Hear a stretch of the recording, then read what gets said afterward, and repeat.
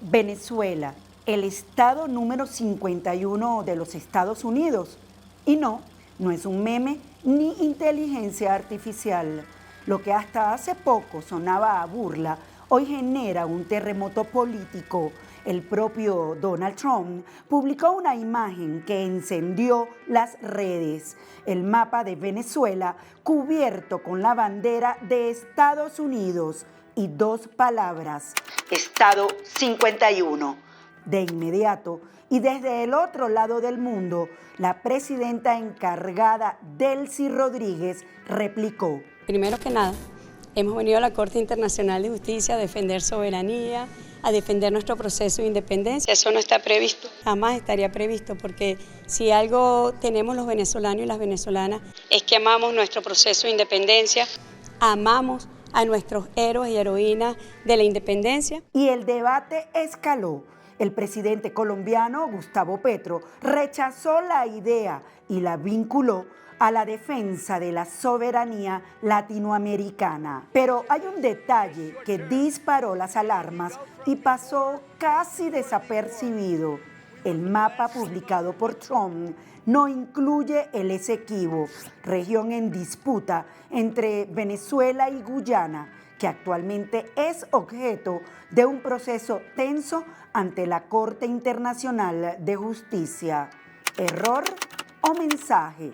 A esto, la presidenta interina respondió con otro mapa en su red X, donde se lee: Venezuela toda. No es la primera vez que el magnate expresa sus deseos de expansión territorial. Recuerden cuando puso el ojo en Groenlandia y propuso comprarla, generando un escándalo mundial. Una cosa debe quedar clara para todos. Groenlandia no quiere ser propiedad de Estados Unidos. Elegimos Groenlandia tal como la conocemos ahora, y eso es como parte de la comunidad del Reino de Dinamarca. Si revisamos los libros de historia, Estados Unidos ha expandido sus fronteras en diferentes épocas de manera impensable. Pero atención, porque Venezuela tiene un ingrediente adicional. Estamos hablando de las reservas de crudo más grandes de todo el planeta Tierra y una de las mayores reservas de gas del mundo. Le consultamos a los venezolanos en Colombia. ¿Está de acuerdo con que Venezuela se convierta en el estado 51? Pues no estoy de acuerdo. Le agradezco mucho a Donald Trump y al país de los Estados Unidos por retomar las relaciones, y por ende va a mejorar tanto a Estados Unidos como a Venezuela, pero no estoy de acuerdo. Mira, efectivamente no estoy de acuerdo, porque esa decisión tiene diversos focos de atención, entre ellos la soberanía, y segundo, que es una decisión que debe ser consultada al pueblo venezolano. No me gusta la idea de que no podríamos ser un país independiente y que tendríamos que estar bajo el gobierno de los Estados Unidos, y para mí lo mejor sería que se llevaran a cabo elecciones para poder elegir pues a la candidata María Corina Machado como la nueva presidenta de Venezuela y seguir manteniendo buenas relaciones con Estados Unidos. Pienso que violaría nuestra soberanía, nuestra historia, y creo que realmente no es necesario. Mientras algunos lo ven como presión política, otros hablan de reconfiguración histórica, y en redes el tema se convirtió en guerra total.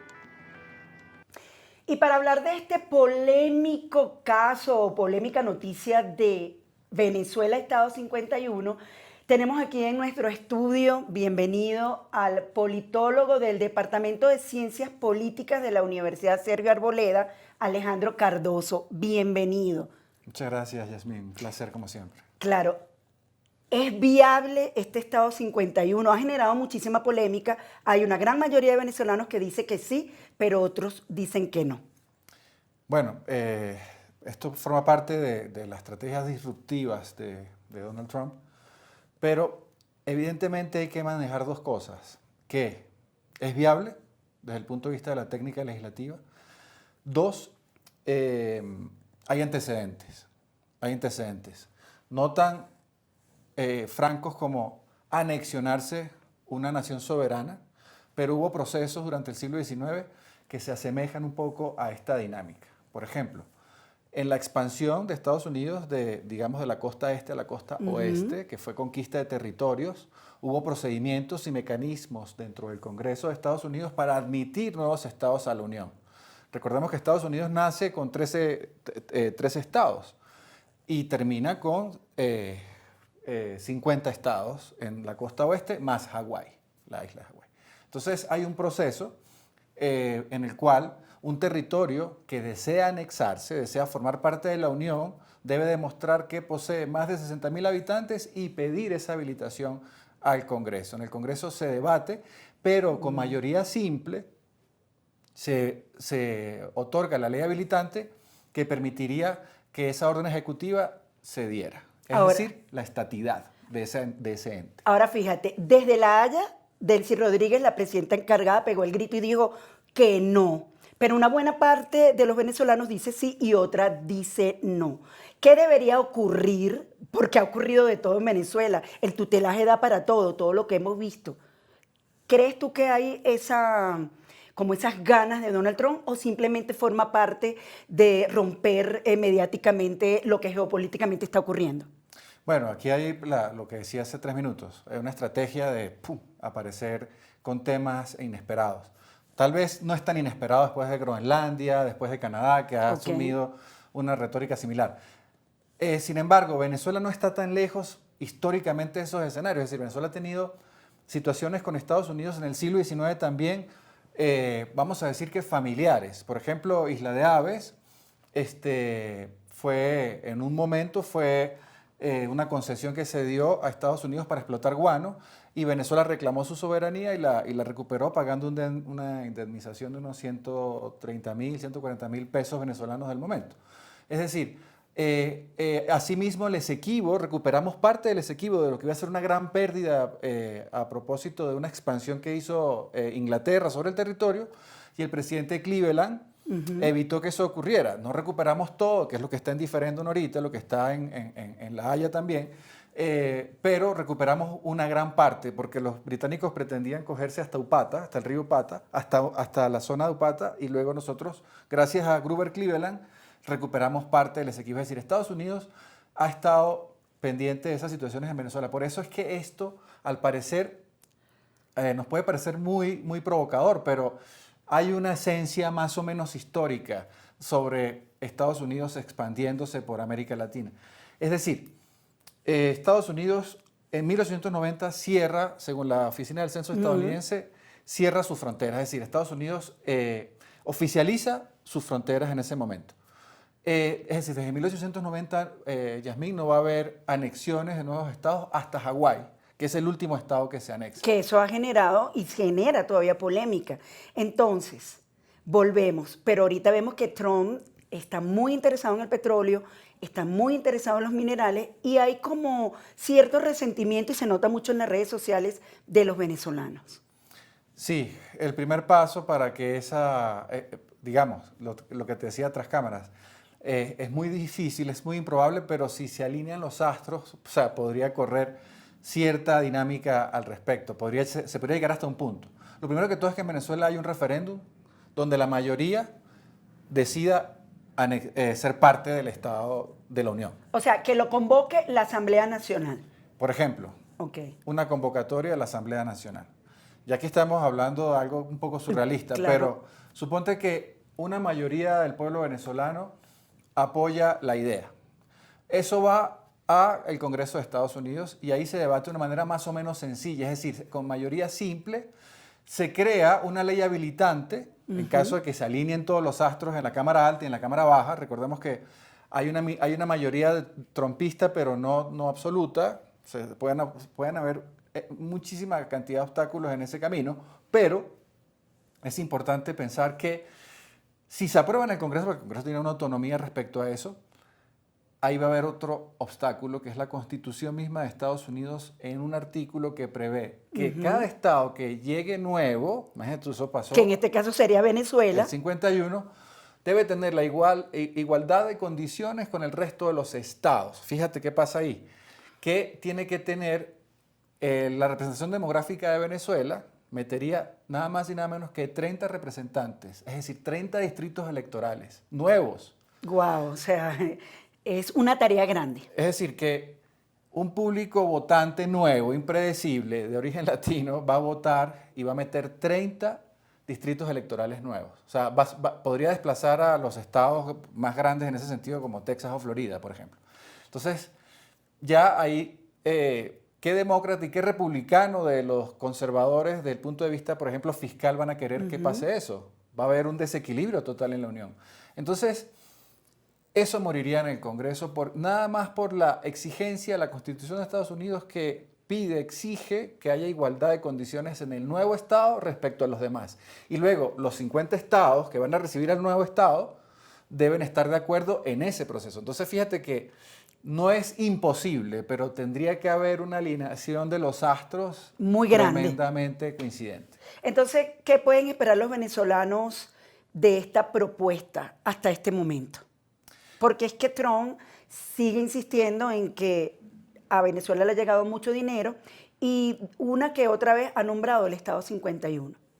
Bueno, el mejor ejemplo para tu pregunta y para, digamos, el tema de la entrevista de hoy es el siguiente. Recuerda Puerto Rico. Puerto Rico tiene un estatus, vamos a decir, novedoso para la época, que se inventa, que es Estado Nuevo, libre asociado, ¿no? Así es.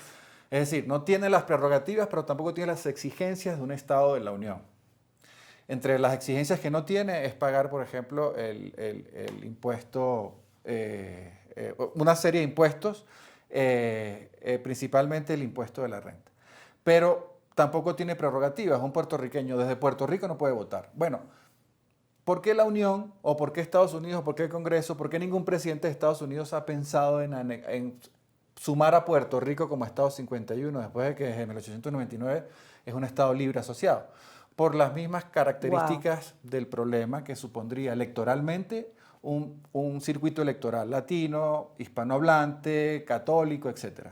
Bueno, ¿a qué voy? A que lo que podría esperarse en Venezuela no es el manejo de un Estado libre asociado, pero replantearse, por ejemplo, los términos de soberanía sobre la tutela estadounidense actual, el Banco Central de Venezuela, por ejemplo.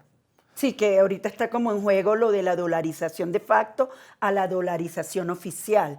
Es decir, tienen que haber muchos mecanismos para que Venezuela sea el Estado 51. Pero si Trump quiere, por ejemplo, como ha querido todo lo que ha ocurrido en Venezuela hasta ahora bajo ese tutelaje.